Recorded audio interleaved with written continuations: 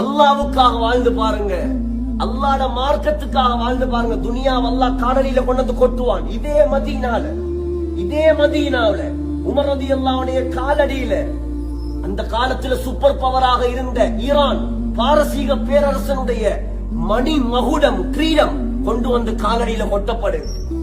எத்தனை கிலோ தெரியுமா? சில வரலாறு எழுதுறாங்க 92 கிலோ தங்கம். நீங்க கேட்கலாம் 92 கிலோ தங்கத்தை தலையில போடுமா?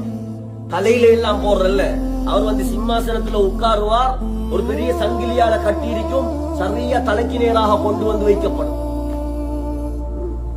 அழுதாங்க உமர் ரலியல்லாஹு அன்ஹு, யா அல்லாஹ் இந்த முசீபத்தை விட்டு பாதுகாப்பாயா அல்லாஹ். நாங்க இந்த உலகத்தில் அல்லாஹ்வுக்காக பட்ட கஷ்டங்களுக்கு இந்த உலகத்திலே எங்களுக்கு கூலி தந்துருவானோ பயமாக இருக்குது. இது ஒன்றுமே வேணாம், எல்லாத்தையும் பிரிச்சு கொடுத்துருங்க என்று சொல்லி முழுதையும் பிரிச்சு கொடுத்தாங்க.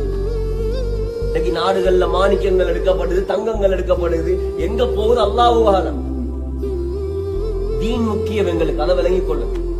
நான் நினைக்கி பேசுறது உங்களுக்கு அல்ல, எங்களுக்கும் பலரும் வரும்போது போகும்போதும் அல்லாஹ் எங்களையும் டெஸ்ட் பண்ணுவான். எங்கட சிந்தனை துனியாவோட சாயுதா, தீன் பக்கம் உறுதியாக இருக்குதா?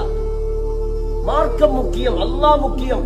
அல்லாஹ்வுக்கு கொடுத்த ஒரே மரியாதை தான் இந்த மதீனா இன்றும் மரியாதையான பூமியாக இருக்கு. முதலாவது பிரச்சனை காய்ச்சல். இந்த ஊர்ல இருந்த நோயே அல்லாஹ் இல்லாமலாக்கு.